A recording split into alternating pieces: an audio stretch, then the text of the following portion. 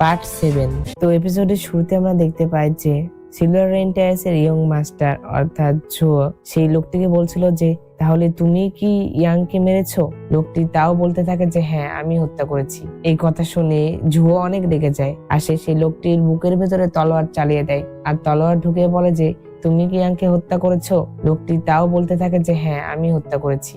তখন সেই লোকটি যখন অনেক বেশি কষ্ট পাচ্ছিল এটা দেখে কিং তাড়াতাড়ি করে ইয়ং মাস্টার অর্থাৎ জোকে বলে যে তুমি তাকে প্লিজ রেহাই দাও, আমি তোমাকে সকল কথা বলছি।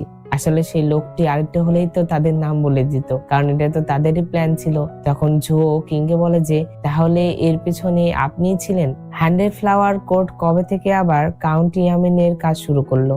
তো জো এখানে আসলে প্যানকে শাস্তি দেওয়ার জন্য এসেছিল, কারণ সে বিশ্বাস করতো যে ইয়াং এর খুনি হলো প্যান। এইটা আবার ইয়াং নিজে বুঝতে পারে। ইয়াং বলে যে জো মনে হয় আমার খুনি হিসেবে প্যানকেই মনে করছে, আমি এখন কি করব।